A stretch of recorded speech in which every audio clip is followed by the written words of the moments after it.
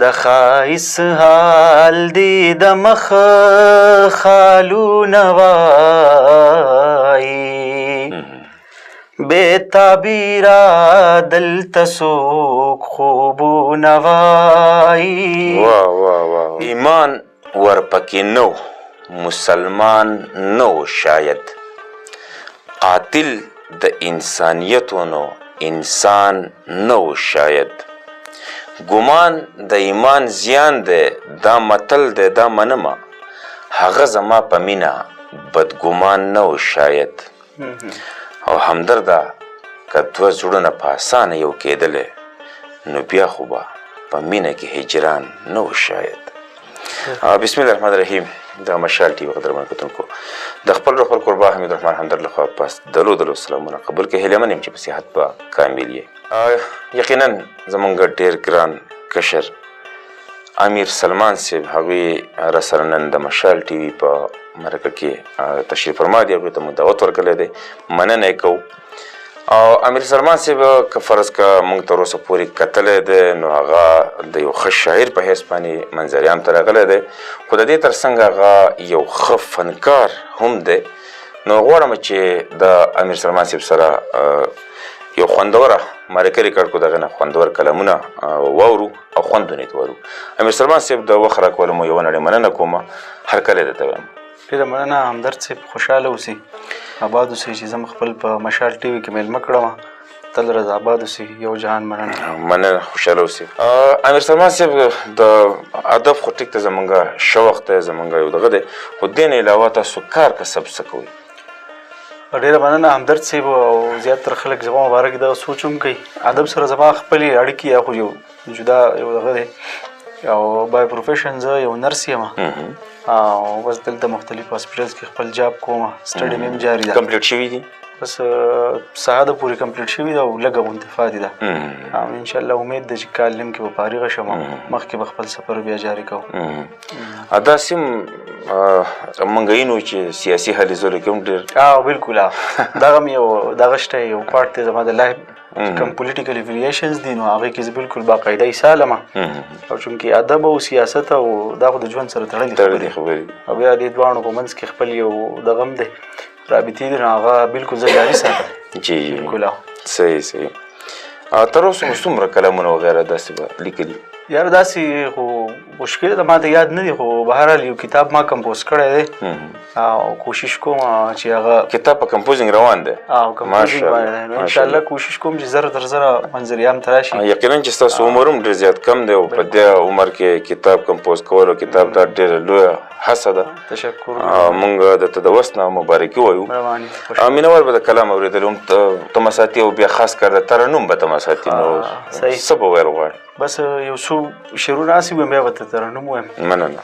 چې یو څو شعرونه زمونږ چې چاته غړېدلې سترګې زمونږ چې چاته غړېدلې سترګې او ورو ورو بدلولې سترګې چېرته زمونږ خوبولې سترګې چېرته د ښکلو نازولې سترګې ډېر ښکلی چېرته زمونږ خوبولې سترګې او چېرته د ښکلو نازولې سترګې سلمانه دلته هغه خلک اوسي چې په بډو دي منډلې ډېره سلمانه دلته هغه خلک اوسي او چې په بډو دي منډلې سترګې. ډېر ښکلی. تشکر. او دغه یو بل کلام دی چې دا ارمان مې دی د زړه نه راچاپېره چېرې زه به هم در یاد شمه په هیره. دا ارمان مې دی د زړه نه راچاپېره او چېرې زه به هم در یاد شمه په هیره. ستا په یاد مې سترګې ډکې دي له غمه د درد سړکې مې وتلې دي له شمېره. ډېر ښکلی. ستا په یاد مې سترګې ډکې دي له غمه او د درد سړکې مې وتلې دي له شمېره. او څوک چې وایي محبت کول ګناه ده خبر نه دي د الفت له زور او زیره. څوک چې وایي محبت کول ګناه ده خبر نه دي د الفت له زور او زیره. او خدای زده څه یې زړه له راغلل خدای د څه یې زړه له راغلل چې ښکل کړم لکه زیله شوه زمانه راچاپېره. ډېره د څه یې زړه له راغلل چې ښکل کړم لکه زیله شوه زمانه راچاپېره. او ارتقا درنه د غیرو په نصیب شوه د ګناه او د ثواب تر منځه ګیره. ارتقا در ارتقا درنه د غیرو په نصیب شو. واه واه واه ګناه او د ثواب ترمنځه ګیره ډېر د ښکلی اظهار هر لمحه د انتظار دی شوه سلمانه د بلا په خوله کې ګیره واه واه واه شوه سلمانه د بلا په خوله کې ګیره. جی یقینا داسې هم یو خبره چلیږي سلمان صاحب چې تاسو سینګینګ هم کلی دی نو څومره کلمونه به ریکارډ کړي او د چا مو ریکارډ کړي؟ یا همدرد صاحب داسې ده چې زما خو د موسیقۍ سره خپل یو شوق و خو بهرحال چې بس په ډاګ باندې خبره وکړم جی نو زه چې په کوم پیشې سره تعلق ساتم نو هغې ته بس زموږ د معاشره داسې ده چې خلک ورته داسې په ښه نظر نه ګوري د هغې وجې نه ما د هغې نه داسې یو کناره کشي اختیار کړې ده. بس که خپل شوق مې نو ځانه بس خپل ملګرو سره ستاسو سره داسې نور ملګرو سره صحیح خو په پرنټ باندې بس د هغې نه ما ستاسو د پیشې سره دغه داسې خاص بلکې زما خو خپل ښه نه ګڼي مطلب خلک زموږ د سوسایټي کې مختلف مایندز والا خلک پاتې کېږي د هر سړي خپل سوچ دی دا زموږ کمی دي که نه بالکل کمی دی او که نه داسې ثبت څیز خو نه دی او دغه دی بالکل ټیک دی.